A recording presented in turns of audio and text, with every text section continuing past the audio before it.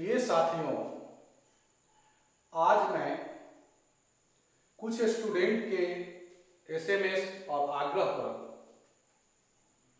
Regulation coal mines regulation 2017 के 137 precaution against spontaneous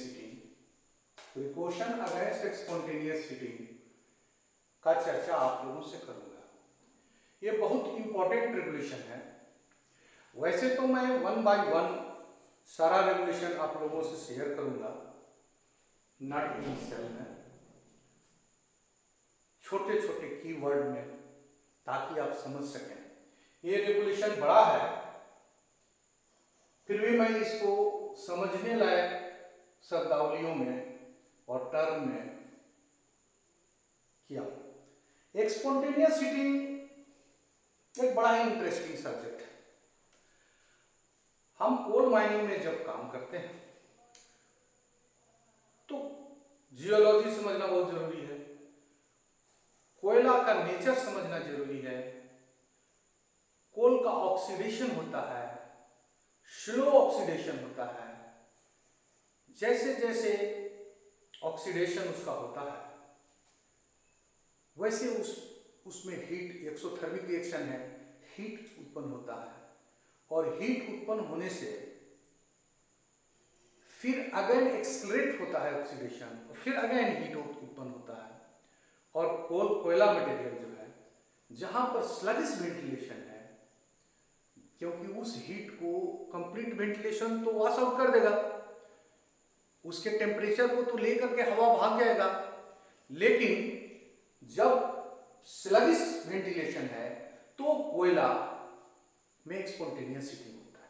कुछ कोयला का प्रोनेस ज्यादा है स्पॉन्टेनियस हीटिंग का, कुछ का कम है। इसके भी बहुत सारे फैक्टर्स हैं, लेकिन ये समझने वाली बात है कि कोयला में फॉर्मेशन के समय जो रंध्र हैं उसमें जो और इनहेरेंट मटेरियल्स हैं, जैसे वोलेटाइल मैटर हुआ, मॉइस्चर हुआ, सेल कंटेन हुआ, ये सब प्रोनेस को बढ़ाता है। साथ में CH4 इन्फ्लेमेबल गैस है, ये इसके ऑक्सीडेशन प्रोनेस को बढ़ाता है।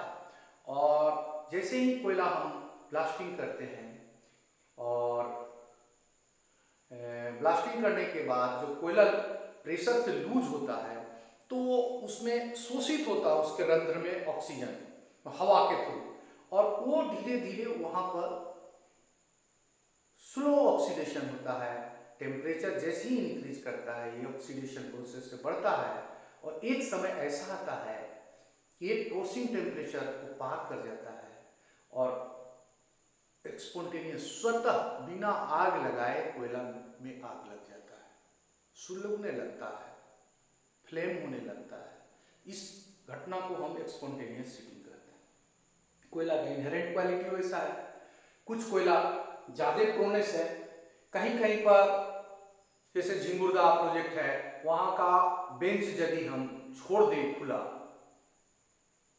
एक्सपोज करके कोयला छोड़ दें तो उसके बेंच में आग लग जाता है। कोई कोई कोयला में इतना प्रोनेस है कि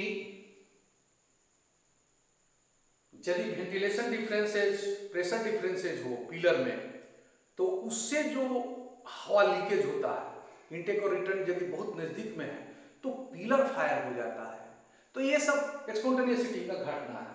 खैर एनीवे, स्पॉन्टेनियस हीटिंग अपने आप कोयला में आग लग गया, ये इंटरेस्टिंग सब्जेक्ट है। एक बात और मैं आपसे शेयर करना चाहता हूं कि कोयला का स्पॉन्टेनियस हीटिंग हम तो माइनिंग में पढ़ते हैं, लेकिन क्या आप जानते हैं कि ह्यूमन स्पॉन्टेनियस हीटिंग होता है? आदमी में स्वतः आग लग जाता है। कैसे? ऐसी घटनाएं साइंस और टेक्नोलॉजी में है, ऐसी घटनाएं विदेशों में भी हैं कि एक स्पॉन्टेनियस हीटिंग आदमी में हो गया। कैसे हुआ? बैठा है आदमी और स्वतः जल की खाक हो गया। जब हम वैसे मटेरियल लेते हैं बॉडी में, ज्यादा हम अल्कोहलिक खाएं, अल्कोहल पीते हैं, तो उस स्थिति में हमारा एक पोटेंशियल हो जाता है। और ऐसी घटनाएं, 2-4 घटनाएं, 7-8 घटनाएं हिस्ट्री में हैं और साइंस फिक्शन में है। खैर वो अलग बात है, लेकिन मैं आज regulation 137 precaution against spontaneous sheeting का चर्चा करता हूं। इसका पहला सब रेगुलेशन है स्पॉन्टेनियस हीटिंग के प्रोटेक्शन के लिए panel system to ventilate isolate each. कोई भी हम काम करेंगे तो पैनल सिस्टम में करेंगे। माइंड तो बड़ा है, उस पैनल को हम एक सिस्टम बना करके छोटे छोटे पैनल में चारों साइड में सील करते हैं। एक पैनल में हम काम करें तो दूसरा उसका फायर या आग ये बढ़े नहीं, आग लगने के पहले हम सील कर देते हैं। तो ये पैनल सिस्टम से हम काम करेंगे। हमारा वर्किंग का मेथड होगा पैनल सिस्टम। स्पॉन्टेनियस हीटिंग से बचने के लिए पहला प्रिकॉशन है panel system to ventilate isolate जी। पैनल सिस्टम से क्या फायदा है? वेंटिलेशन इजी होगा और आइसोलेशन इजी होगा। वेंटिलेशन उस डिस्ट्रिक्ट में बढ़ जाएगा, इधर उधर स्कैटर्ड गैलरी नहीं रहेंगे, एक सीमित दायरा में डिस्ट्रिक्ट रहेगा, तो वेंटिलेशन हमारा वेंटिलेशन बढ़ जाएगा। वेंटिलेशन क्या होगा? बढ़ जाएगा। और isolate easy in case of fire, in case of spontaneous heating हम तुरंत उस डिस्ट्रिक्ट को बंद कर सकते हैं, ऐसी व्यवस्था करते हैं। तो ये पैनल सिस्टम रहेगा, तब सारे वो डिस्ट्रिक्ट के बाहर में एक पैनल बैरियर है और सिर्फ आवश्यक मटेरियल के लिए, हॉलेज के लिए, वेंटिलेशन के लिए, ट्रांसपोर्टेशन के लिए ये तीन गैलरी रखते हैं हम। 3 गैलरी को हम सील कर सकते हैं इजीली और पूरे डिस्ट्रिक्ट को हम आइसोलेट कर सकते हैं। तो पैनल सिस्टम का उद्देश्य, पैनल सिस्टम का ऑब्जेक्टिव और क्या है? वेंटिलेशन इंप्रूव करना, आइसोलेट इजी करना in respect of precaution against spontaneous heating. अब सब रेगुलेशन दूसरा, बहुत बार ऐसा है कि हम जब न्यू डिस्ट्रिक्ट वर्जिन सीम को प्लानिंग करते हैं डेवलपमेंट के लिए, तो हम नेचुरल कोयला का बैरियर बना लेंगे, पैनल बैरियर। लेकिन ऑलरेडी जब पूरा प्रॉपर्टी डेवलप है, बैरियर नहीं बना हुआ है, तो हम जितना बैरियर बनाना चाहते हैं, जितना पैनल का साइज बनाना चाहते हैं, उस साइज के अनुसार हम उसमें आर्टिफिशियल बनाते हैं, आर्टिफिशियल पैनल हम बनाते हैं। तो ये आर्टिफिशियल पैनल कैसे बनेगा? स्टॉपिंग के थ्रू। ये क्या है? स्टॉपिंग के थ्रू हम आर्टिफिशियल पैनल बनाते हैं। और ऑलरेडी डेवलप माइंस है सो। तो सर्वप्रथम मैं पैनल सिस्टम से वर्किंग करने के लिए एक फिगर का चर्चा करता हूं।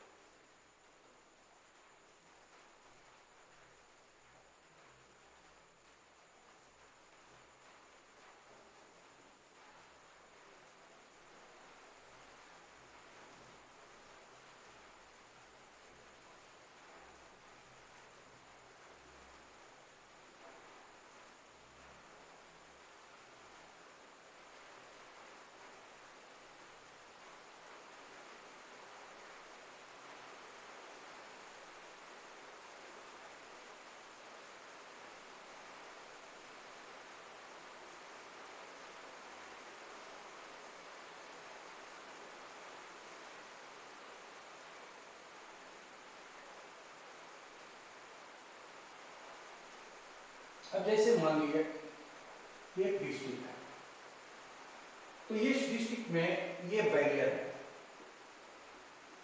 ये पैनल बैरियर जब कोयला बनाते समय हम डिजाइन करते हैं तो इसको बैरियर एक पिलर के साइज के, एक पिलर का जो मोटाई है, चौड़ाई है, उसी के अनुसार सॉलिड पोल बैरियर हम छोड़ देते हैं।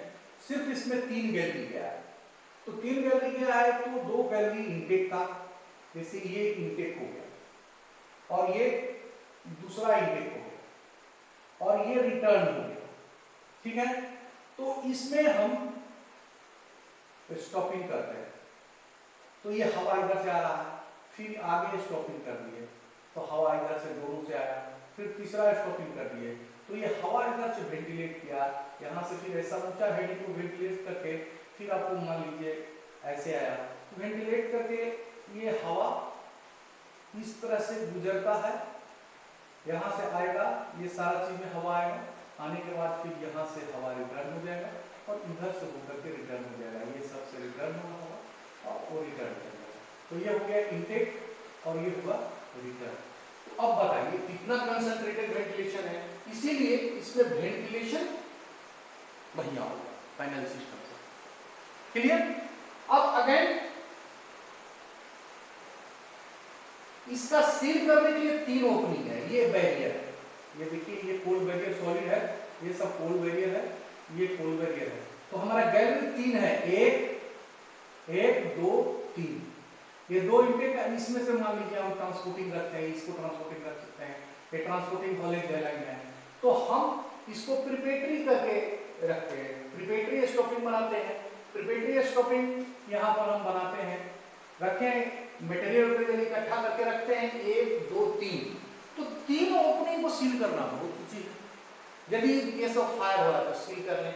तो ये तो पैनल सिस्टम ऑफ वर्किंग जिसमें वेंटिलेशन और आइसोलेशन इजी है, ये मैंने चर्चा किया। क्लियर है? इसमें और जैसे सिचुएशन है preparatory stopping, keeped brick sand ring, कहने का मतलब यहाँ पर प्रिपेटरी स्टॉपिंग है, देखिए यहाँ पर प्रिपेटरी स्टॉपिंग, यहाँ पर ये लाइन डायग्राम दिया गया है, तो लाइन डायग्राम दिया है कि इस जगह पर इकट्ठा करके रखते हैं, ये गेट की तरह रहता है, सिर्फ हॉल टब को आने जाने के लिए, आदमी को आने जाने के लिए, बाकी कांटी में खजा करके स्टॉपिंग किया हुआ है। तो इस स्थिति में इस पैनल को हम जब चाहें तब सील कर सकते हैं। क्लियर? तो ये हुआ आपका दूसरा artificial panel stopping, already developed. इसका जो सिचुएशन है सो देखिए कैसा है, मिटा देता हूं उसका।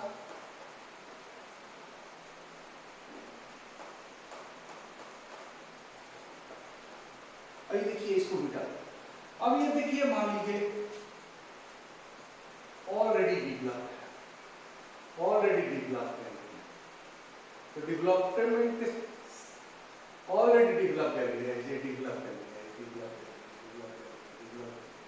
डेवलप इस तरह से डेवलप कर ली है। तो अब आप कैसे पैनल बनाइएगा, पैनल कैसे बनेंगे? तो पैनल बनाने का सिस्टम क्या है कि अब हमको पैनल बनाना, यहाँ स्टॉपिंग कर दिए, यहाँ स्टॉपिंग कर दिए, यहाँ स्टॉपिंग कर दिए, यहाँ स्टॉपिंग कर दिए, यहाँ स्टॉपिंग कर दिए, यहाँ स्टॉपिंग कर दिए, यहाँ स्टॉपिंग कर दिए, यहाँ स्टॉपिंग कर दिए, तो ये सील हो गया, ये बैरियर का काम कर गया, ये आर्टिफिशियल बैरियर का काम किया। इसी तरह सिमिलरली इस तरह से मान लीजिए यहाँ पर है तो हम इसको सील कर देते हैं, यहाँ सील कर दिए, यहाँ सील कर दिए, यहाँ सील कर दिए, यहाँ सील कर दिए, आइसोलेशन स्टॉपिंग बनाया। मैंने ये एक पिलर दूसरा पिलर के बीच में आइसोलेशन से सील कर दिए।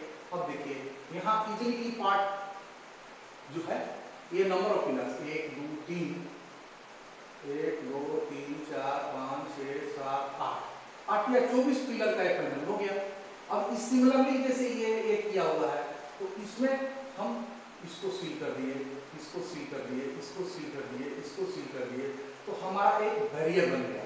ये देखिए ये बैरियर, ये बैरियर है और फिर इसके बाद ये बैरियर है, उसके बाद ये बैरियर है, और इस पैनल को हम जाएंगे और 1 बाय 1 जैसे यहाँ से स्टार्ट किए 1 2 2, तो हम डिफिलिंग स्टार्ट कर सकते हैं।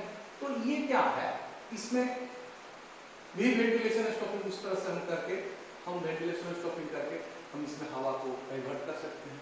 तो यहाँ पर हमारा एक बन गया आर्टिफिशियल बैरियर जो सेकंड रेगुलेशन में है, स्टॉपिंग के थ्रू बना। क्या कोई स्टॉपिंग लगा? 1 2 3 4 बहुत स्टॉपिंग लगा, ब्रिक स्टॉपिंग लगता है जो इस हिसाब से।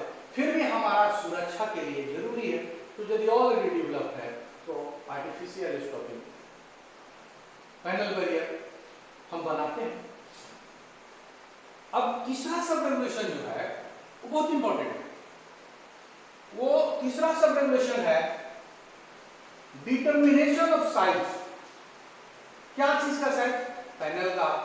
पैनल का साइज डिटर्मिनेशन करने के लिए इंक्यूबेशन पीरियड को हम रखेंगे। ये इंक्यूबेशन पीरियड टर्म बहुत इंपॉर्टेंट है। इंक्यूबेशन पीरियड क्या है कि यदि कोई सीम या कोई कोयला का जो सीम है जहां वर्किंग करते हैं, उस कोयला सीम में फर्स्ट फॉल यदि हुआ रिफिलिंग के समय और उसको फर्स्ट फॉल के बाद जो आग लगने का जो इंडिकेशन हुआ, ये बीच के जो पीरियड है उसको इंक्यूबेशन पीरियड कहते हैं। ये प्रोसेसिंग टेम्परेचर के कहीं पर 6 महीना का होता है, कहीं पर 9 मंथ का होता है। तो अब 6 महीना 9 मंथ, 6 महीना है तो कम समय मिल रहा है, 9 मंथ है तो ज्यादा समय मिल रहा है। दूसरी बात, आप किस रेट से निकालिएगा, एसटीएल लगाइएगा या बल्क प्रोडक्शन कीजिएगा, इसके ऊपर आपको पैनल का साइज करना पड़ेगा। तो ये दो फैक्टर हैं, तो दोनों को कंसीडर करते हुए हम इंक्यूबेशन पीरियड को ज्यादा हम करते हैं। फायर के केस में इंक्यूबेशन पीरियड, और बाकी जो मेथड ऑफ वर्किंग है जिसमें प्रोडक्शन का जो रेट है वो तो हम कैलकुलेट कर सकते हैं, लेकिन इंक्यूबेशन पीरियड हमको जानना होगा उस सीम का प्रिकॉशन अगेंस्ट स्पॉन्टेनियस हीटिंग के लिए। इंक्यूबेशन पीरियड एरिया कोलफील्ड का मान लीजिए 6 महीना है, नारीगंज कोलफील्ड का 9 महीना है, कहीं पर 11 महीना है, तो उसके हिसाब से हम ऐसा पैनल बनाएंगे कि वो 9 महीना में, 6 महीना में, जिस जरिया में 6 महीना है तो 6 महीना के अंदर हम पूरा पैनल निकाल देंगे और सील कर देंगे। अदरवाइज 6 महीना से ज्यादा यदि टाइम लग गया तो आग हो जाएगा, फायर पकड़ लेगा, इनको स्पॉन्टेनियस हीटिंग हो जाएगा। तो क्लियर, ये determination of size of incubation period ये बहुत इंपॉर्टेंट है। कैसे कैलकुलेट करते हैं इसको भी हम आपको बता सकते हैं, लेकिन ये रेगुलेशन का सब्जेक्ट है, इसीलिए आज यही चर्चा करूंगा। चौथा सब रेगुलेशन है कोल, सेल, कार्बोनेशियस मटेरियल। ये क्या है? ये सब फैक्टर है जो स्पॉन्टेनियस हीटिंग को बढ़ा देता है, स्पॉन्टेनियस हीटिंग का कोलनेस को बढ़ा देता है। तो ये मटेरियल्स कोयला, सेल और कार्बोनेशियस मटेरियल को हम लूज स्थिति में जमा नहीं करेंगे अंडरग्राउंड में। सेल नॉट स्टे अंडरग्राउंड में नहीं रखेंगे। इसीलिए फॉलिंग कोल, लूज कोल, इसको हम लोग उठा लेते हैं, अंडरग्राउंड में स्टेक करेंगे तो हमारा स्पॉन्टेनियस हीटिंग होने का चांसेस है। ये चौथा सब रेगुलेशन बोलता है कोयला, सेल और कार्बोनेशियस मटेरियल को हर हाल में हमको लूज करके अंडरग्राउंड में नहीं रखना है, इससे हमको स्पॉन्टेनियस हीटिंग होने का खतरा है। चौथा सब रेगुलेशन। पांचवा सब रेगुलेशन है फॉलिंग कोल। देखिए फॉलिंग कोल हम चर्चा कर रहे हैं। फॉलिंग कोल रिमूवल। फॉलिंग कोल ऐसा देखा गया है कि माइंस में हम डेवलपमेंट किए, डिपिलिंग का परमिशन नहीं मिल रहा है और पहले से बहुत दिन डेवलपमेंट किया हुआ है, तो वो क्या है, उस गैलरी में ऑटोमेटिक प्रेशर स्टेबलाइज होने से फॉलिंग कोल गिर गया और फॉलिंग कोल रिमूवल होगा, हम उसको हटा लेंगे। नॉट प्रैक्टिकल तो सील कर देंगे। यदि ये प्रैक्टिकली संभव नहीं है कोयला को हटाना, फॉलिंग कोल को हटाना, फॉलिंग कोल को यदि प्रैक्टिकली रिमूवल संभव नहीं है, बहुत व्यापक पैमाने में लाइट करना होगा, हॉलेज करना होगा, तो इस स्थिति में हम उस एरिया को सील कर देंगे, आइसोलेट कर देंगे, आइसोलेशन स्टॉपिंग बना देंगे। करेक्ट? तो ये पांचवा सब रेगुलेशन है जो चौथा का ठीक बताता है। जैसे कोयला हमको स्टेक नहीं करना है तो फॉलिंग कोल भी तो कोयला स्टेक हुआ, तो इसको नहीं स्टेक करना है, उठा लेना है। यहां पर बोलता है रिमूव करेंगे, नहीं तो इसको सील कर देंगे। ये है प्रिपोर्शन अगेंस्ट स्पॉन्टेनियसिटी का एक फैक्टर। अब चीज है छठा, isolation stopping before depillaring. Chief inspector of mines, depillaring करने हम जा रहे हैं तो उससे पहले हमको आइसोलेट कर लेना, पैनल को आइसोलेट कर लेना। क्लियर? पहला तो हम पैनल सिस्टम से डेवलपमेंट ही करेंगे तो हमको आइसोलेशन स्टॉपिंग का खर्चा नहीं होगा। यदि हम ऑलरेडी डेवलप है तो हम आइसोलेशन स्टॉपिंग बनाएंगे, इसके बीच में आइसोलेशन स्टॉपिंग का खर्चा लगेगा, लेकिन सेफ्टी बढ़ेगा। लेकिन खर्चा क्या लगेगा? ये गैलरी को आप जब निकाल लिए कोयला तो ये कोयला का कॉस्ट तो आइसोलेशन स्टॉपिंग से हो गया पूरा। तो यदि आर्टिफिशियल आइसोलेशन स्टॉपिंग भी आपको बनाना पड़ेगा, कहता है डिपिलिंग के पहले आइसोलेशन स्टॉपिंग बिफोर डिपिलिंग बनाना पड़ेगा। ये चीफ इंस्पेक्टर ऑफ माइंस का निर्देश है कैसे बनाना होगा। आइसोलेशन स्टॉपिंग बनाने का जो खांचा काटने का है, कोयला में कितना काटेंगे, स्टोन में सैंड स्टोन में कितना काटेंगे, सेल में कितना काटेंगे, फ्लोर में कितना काटेंगे, तो ये सब सर्कुलर में है।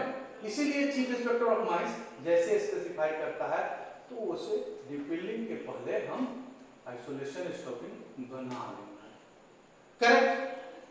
अब 8वां सब रेगुलेशन है shale carbonaceous material not use in construction. बहुत इंपॉर्टेंट है। अब कंस्ट्रक्शन का मतलब है आइसोलेशन स्टॉपिंग। जब आइसोलेशन स्टॉपिंग का हम चर्चा कर रहे हैं तो उसमें इनकम्बस्टेबल मटेरियल का बना होना चाहिए, ब्रिक होना चाहिए, सीमेंट होना चाहिए, कंक्रीट होना चाहिए, कंक्रीट से भी बना सकते हैं, तो ये सब इनकम्बस्टेबल है। लेकिन यदि हम ये सब मटेरियल तो धोना पड़ेगा, खदान में ले जाना पड़ेगा, तभी तो हम कंस्ट्रक्शन कर सकते हैं।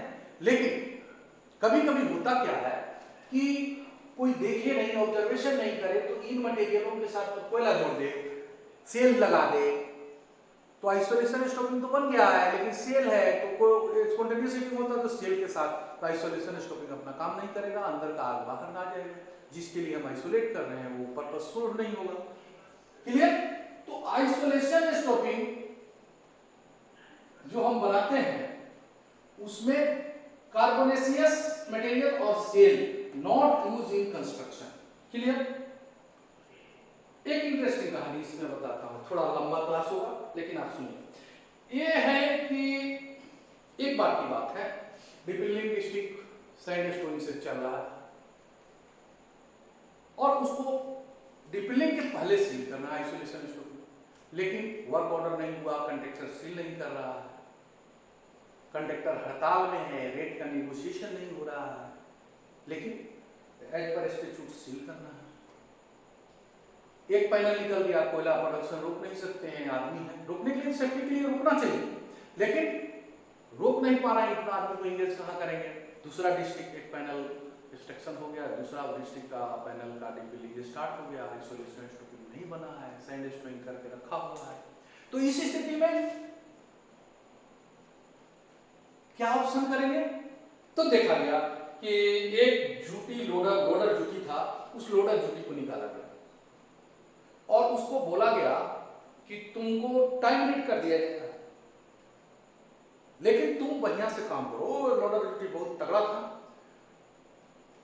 तो दूर में हर आइसोलेशन स्टॉपिंग जहां करना है उसके बाद बालू भरा होगा, आइसोलेशन स्टॉपिंग जहां करना है उसके बाहर सैंड स्टोन का रॉक पत्थर का रूफ था, वो सैंड स्टोन का होल करके मार के गिरा दिया और सीमेंट दे करके बालू तो वहां स्टोन नहीं है, तो बालू और सीमेंट दे करके उस पत्थर से आइसोलेशन स्टॉपिंग बना दिया। 1 2 3 4 5, तो पूरे पत्थर से खदान के अंदर ही आइसोलेशन स्टॉपिंग बन गया।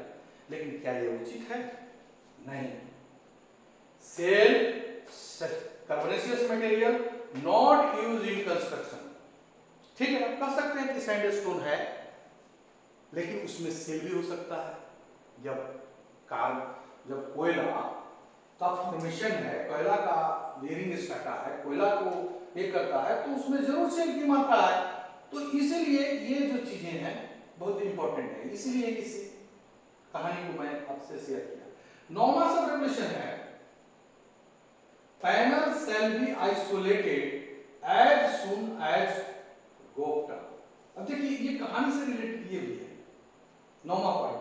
अब हम स्टोइंग कर लिए, डिपिलिंग खत्म हो गया, दूसरा पैनल में हम चले गए, लेकिन पैनल सील नहीं हुआ। अरे भाई सिर्फ प्रिपरेटरी स्टॉपिंग को ही सील करना है, जस्ट तो खत्म हुआ तो तुरंत सील कर दीजिए, लेकिन हम सील नहीं किए क्योंकि पूरा स्टॉप नहीं है, तो ये नहीं होना चाहिए। Panel shall be isolated as soon as goafed. जब हम पूरा डिपिलिंग पैनल का खत्म कर दिए तो गोफ हो गया, तो तुरंत हमको उसको सील कर देना।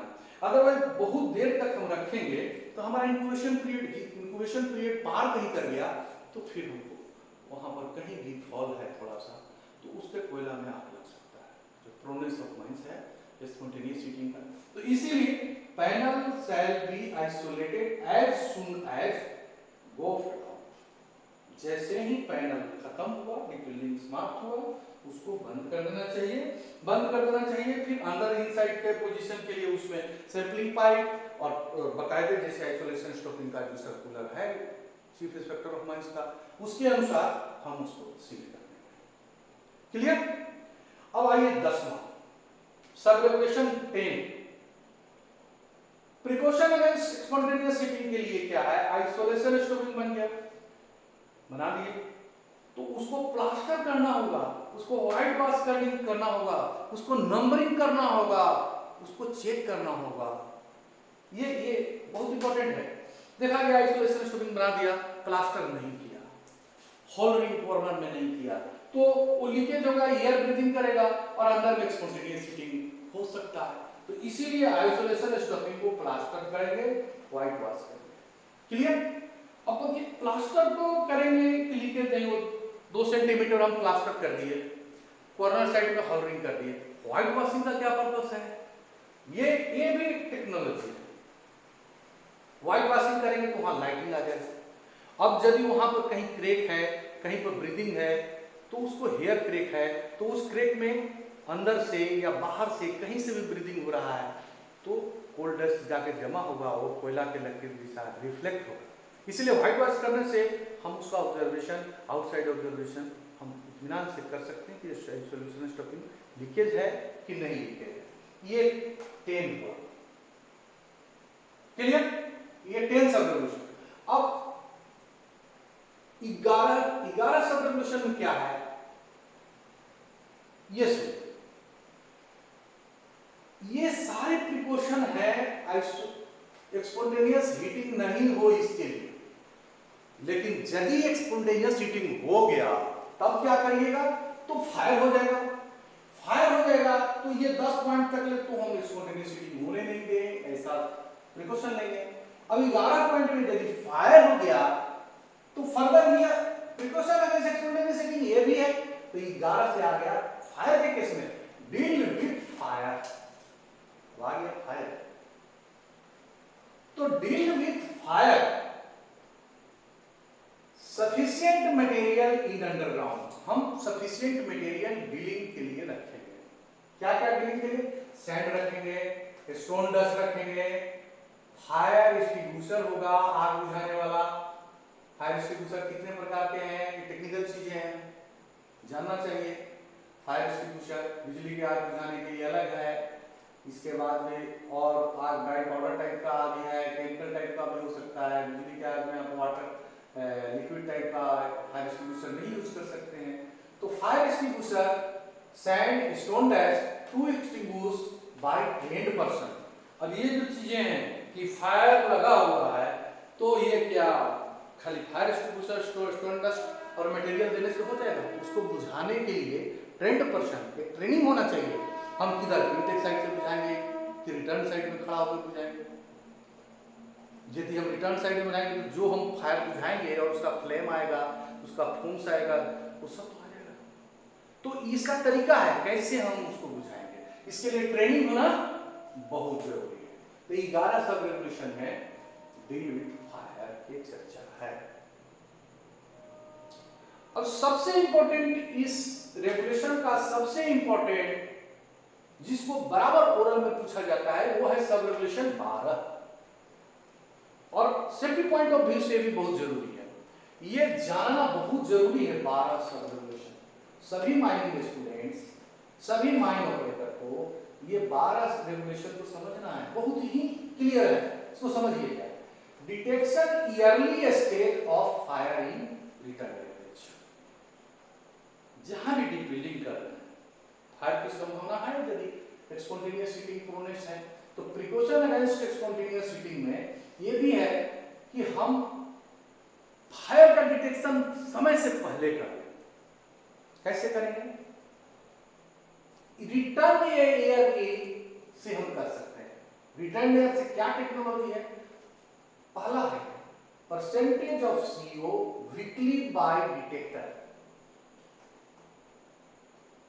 Detector multigas detector, gas detector जो चीफ इंस्पेक्टर ऑफ माइन से अप्रूव होगा, तो हम लोग सप्ताह में एक बार रिटर्न एयर में गैस डिटेक्शन करेंगे, सीओ का डिटेक्शन करेंगे, सीओ डिटेक्टर से करेंगे। मल्टी गैस डिटेक्टर में भी सीओ डिजिटली बताता है, नहीं तो सीओ डिटेक्टर से भी करेंगे, कलर वाला पुराना सिस्टम। तो ये वीकली जब हम करेंगे तो परसेंटेज क्या है? अब जैसे हम डिटेलिंग स्टार्ट कर रहे हैं, उस समय हम कर रहे हैं सप्ताह में, तो हमारा सीओ मिल नहीं रहा है, बाद में उसकी पीपीएम बढ़ रहा, तो इसका मतलब इंडिकेशन है कि जैसे ही बढ़ा तैसे समझिए कि अंदर में स्पॉन्टेनियस हीटिंग हुआ, अंदर में आग लगा, तभी तो सीओ कंप्लीट बना।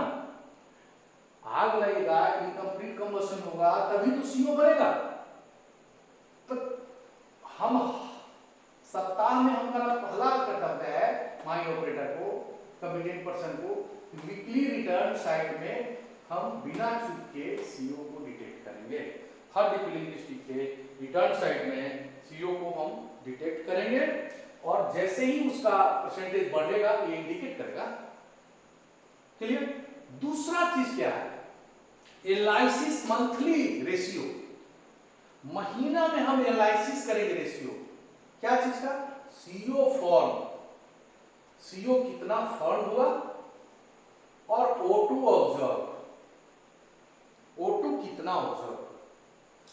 ये कैसे करेंगे? रिटर्न साइड में हम सैंपलिंग लेंगे, जिसमें हम सीओ का और ऑक्सीजन का परसेंटेज को तो भाई हम नापेंगे, फिर एक महीना के बाद लेंगे तो हम देखेंगे कि सीओ कितना उसमें बढ़ा, पहले जो था कितना बना कि नहीं बना। नहीं बना तो अच्छा है, बना तो चलिए सीओ फॉर्म, और O2 ऑब्जर्व, पहले का परसेंटेज कितना था, अभी O2 कितना हुआ, O2 पहले से कम हो गया, यदि CO बनेगा तो कम होगा, तो ये दोनों का रेशियो जो होगा उस रेशियो को हम निकालेंगे, प्रत्येक महीना निकालेंगे। यदि रेशियो ग्रेजुअली बढ़ रहा है, क्रमशः बढ़ रहा है प्रत्येक महीना, पहला महीना में वही है, दूसरा महीना में वही है, यदि तीसरा महीना में बढ़ गया थोड़ा, तो चौथा महीना में फिर देखेंगे और बढ़ गया, तो ये ग्रेजुअली यदि बढ़ेगा तो ये सक्सेसिव टेस्ट करेंगे, और सक्सेसिव टेस्ट करने से इंक्रीज रेशियो, यदि रेशियो इंक्रीज करता है तो ये इंडिकेट करता है कि फायर लग गया, स्पॉन्टेनियस हीटिंग हो रही है, ईयरली डिटेक्शन है इसका। क्लियर? तो दो चीजें, वीकली परसेंटेज निकालेंगे, मंथली हम सैंपलिंग के द्वारा CO form by O2 observe निकालेंगे, और ये सक्सेसिव टेस्ट करेंगे। यदि इंक्रीज रेशियो तो suitable measure shall be taken to detection of heating side and deal with. Clear? ये 12 जो है सब रेगुलेशन यहां से लेकर यहां तक ज्यादा लंबा नहीं है, ज्यादा समझने वाला भी नहीं है। ये क्लियर दो पॉइंट को समझ लें। पहला सीओ परसेंटेज हम निकालेंगे रिटर्न साइड में, ये यदि बढ़ रहा है, या ratio CO form O2 observe का रेशियो बढ़ रहा है सक्सेसिव, तो suitable measure shall be taken to detect heating side मतलब डिस्ट्रिक्ट के अंदर कोई हीटिंग साइट है, आप पहुंचिए कि कहाँ पर है वो हीटिंग साइट और उसको कैसे डील करेंगे। फायर डील करने का अपना तरीका है। तो ये चीजें इंपॉर्टेंट, 12 रेजोल्यूशन बहुत इंपॉर्टेंट है। ये कई बार second class first class oral में पूछा जाता है। और जहां पर डिफिलिंग हो रहा है और fire prone spontaneous heating prone seam है, तो उसके रिटर्न में ये नहीं करिएगा तो गुंजाइश ही नहीं है, आपको फायर हो जाएगा। और फायर जब एक बार हो जाता है तो टाइम नहीं देता है, फिर उसको कंट्रोल करना मुश्किल है। Yearly detection is very important. यदि फायर हुआ तो 24 घंटा आप बंद करके उसको सील नहीं करिएगा तो पूरा वो डिस्ट्रिक्ट से बाहर निकल जाएगा और पूरा माइन को बंद करना पड़ेगा। इसीलिए फायर डिटेक्शन के बाद बहुत कम टाइम, 24 घंटा में आप यदि सील कर लिए, उसको कंप्लीट कर लिए, तो समझिए कि माइन बच गया। तो ये क्रिटिकल एक्सपीरियंस मैं बता रहा हूं। तो ये देखिए 12 regulation, sub regulation, precaution against spontaneous heating का 12 रेगुलेशन वेरी वेरी इंपॉर्टेंट। ये बहुत इंपॉर्टेंट है, वेरी वेरी इंपॉर्टेंट, इसको याद रखें।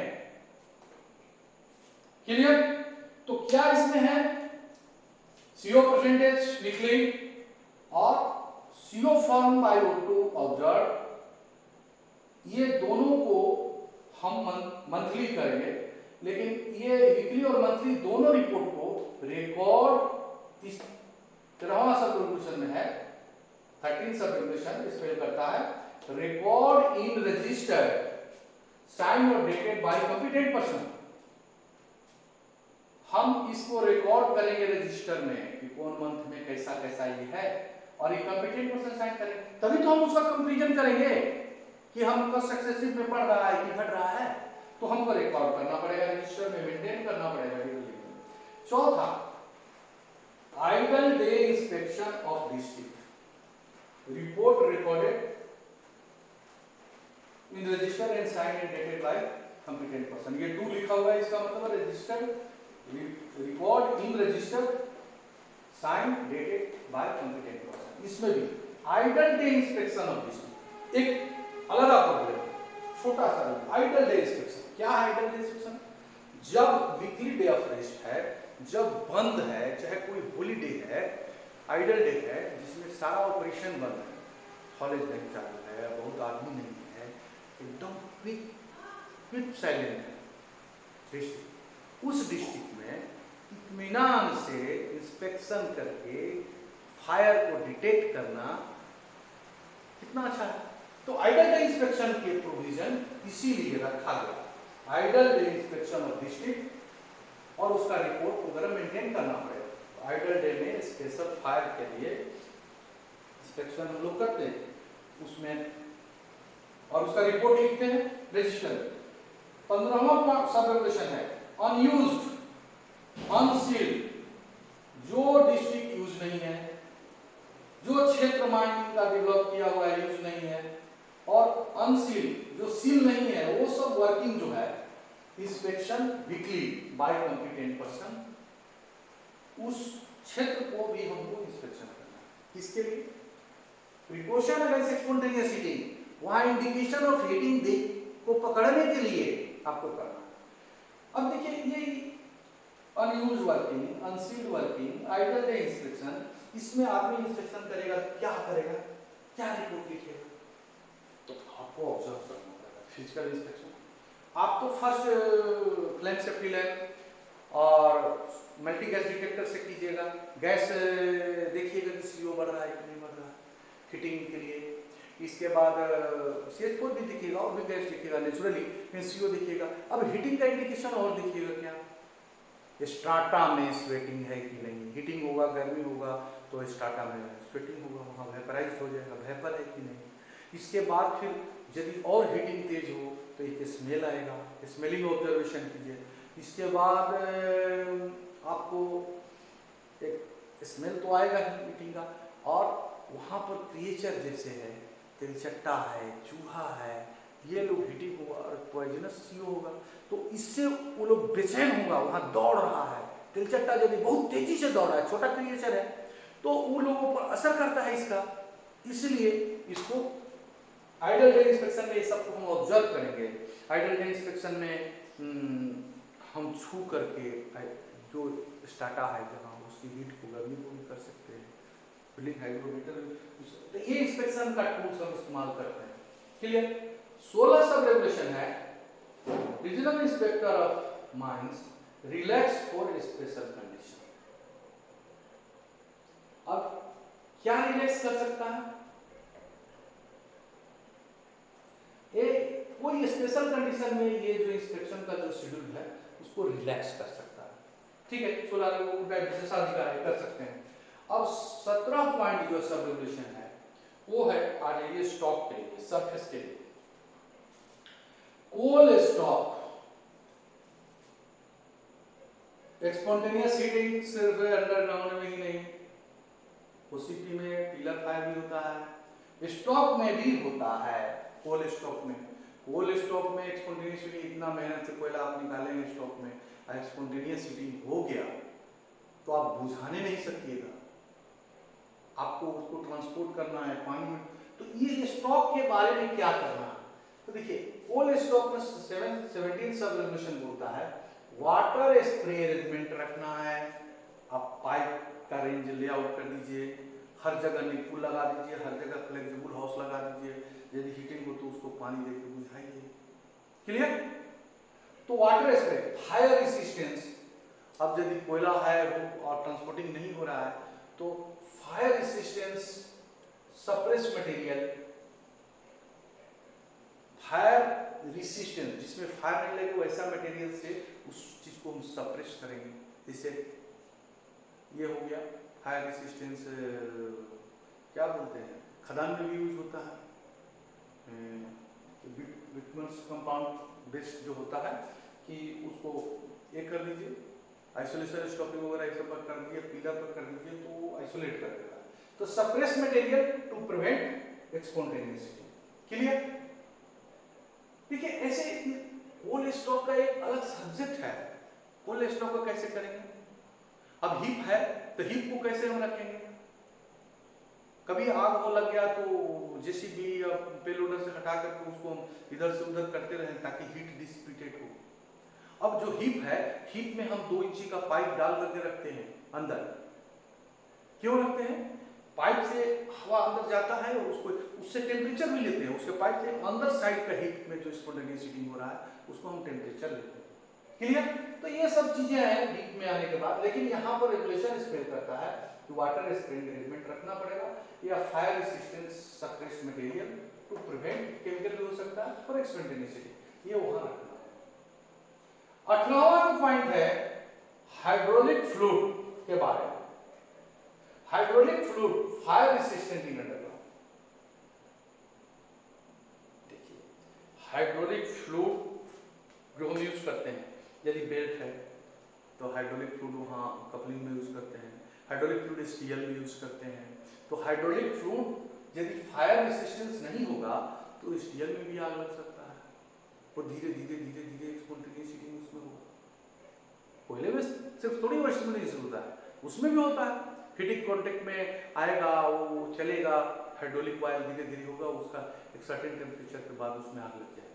तो ये हाइड्रोलिक फ्लूइड में भी स्पॉन्टेनियस हीटिंग होगा, इसीलिए इस फ्लूइड को फायर रेसिस्टेंस होना चाहिए इन अंडरग्राउंड में, सरफेस के लिए उसी बात है। तो ये लिखा हुआ 19 में precaution to minimum contact to hydraulic wire fluid to hot surface. हम ऐसा प्रिकॉशन लेंगे कि हाइड्रोलिक वायर जो फ्लूइड यूज हो रहा है, स्टील हो चाहे और भी कोई इक्विपमेंट हो, तो उसमें जो यूज हो रहा है वो हॉट सरफेस से नहीं कांटेक्ट। अच्छा एक चीज आप बताइए कि स्टील में हमारा ऑपरेशन हाइड्रोलिक क्यों करते हैं? उसका लोडिंग स्मूथ हो, उसका बकेट लोड बढ़िया से करे, अनलोड बढ़िया से करे, टिपलिंग टब में या स्टेट कन्वेयर में जो स्टील डाले वो अच्छा से हो, ऑपरेशन आदमी से हाथ से आसानी से हो, बिजली रहेगा तो झटका लेगा। तो ये हाइड्रोलिक यूज करते हैं, हाइड्रोलिक से बड़ा स्मूथ होता है, ठीक है। तो इसलिए हाइड्रोलिक फ्लूइड फायर रेसिस्टेंस इन अंडरग्राउंड यूज करते हैं, और जो हाइड्रोलिक फ्लूइड है उसको हम हॉट सरफेस पे कांटेक्ट नहीं होने देंगे। देखिए ये प्रिकॉशन है, यदि नहीं ऐसा होगा, आप नहीं इस चीज को यूज कीजिएगा, तो हाइड्रोलिक फ्लूइड में जब आग लगेगा तो अंडर कन्फाइंड जगह में एसडीएल पर जब ऑपरेटर है, केबलमैन है, और जब आग लगेगा धुआं होगा, उसको दिखेगा नहीं, तो रनिंग पोजीशन में एसडीएल से कूद जाएगा। और ऐसा हुआ है कि रनिंग पोजीशन में फायर लगने से एसडीएल से कूद गया और उसके क्रॉलर चैन में दब के मर गया। ऐसी घटनाएं एसडीएल में फायर हुआ। तो इसलिए ये रेगुलेशन यहाँ पर इंपॉर्टेंट है कि आपको हाइड्रोलिक वायर फायर रेसिस्टेंस होना चाहिए, और हॉट ऐसा अरेंजमेंट होना चाहिए कि हॉट सरफेस से नहीं कांटेक्ट करे। ठीक है, क्लियर? 19 सब रेगुलेशन हो गया। अब 22 सब रेगुलेशन क्या है? Combustible wire not used filling for electric apparatus। देखिए भाई, कंबस्टिबल जो जल सकता है, जैसे किरासन तेल हुआ, या ऐसे भी लिक्विड है जो ट्रांसफार्मर ऑयल वगैरह हुआ जो कंबस्टिबल है। ट्रांसफार्मर ऑयल में यदि कंबस्टिबल ऑयल है तो उस ट्रांसफार्मर को तो हम वाटर फील्ड ऑयल फील्ड हम ट्रांसफार्मर यूज नहीं करते हैं अंडरग्राउंड में, तो ऊपर में ही होगा। तो इसीलिए combustible oil not used filling for electrical operators. यदि आप यूज करिएगा तो ये कंबस्टिबल ऑयल हीट होगा और फिर वहां पर भी फ्लूइड का स्पॉन्टेनियस हीटिंग हो सकता है और उसका भी रिजल्ट फायर। क्लियर? तो कंबस्टिबल ऑयल वाला फिलिंग apparatus हम यूज इलेक्ट्रिकल नहीं कर रहे। क्लियर? अब देखिए क्या है रेगुलेशन 21, सब रेगुलेशन 18 कौन है? ये हाइड्रोलिक फ्लूइड वाला रेसिस्टेंस, फायर रेसिस्टेंस वाला।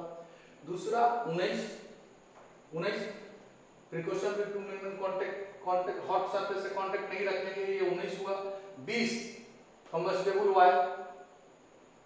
ये सब रेगुलेशन 18, 19 और 20 रीजनल इंस्पेक्टर ऑफ माइंस में permit in first degree of mines, इसको यूज करने के लिए फर्स्ट डिग्री में परमिट कर सकते हैं। तो परमिट कैसे करेंगे?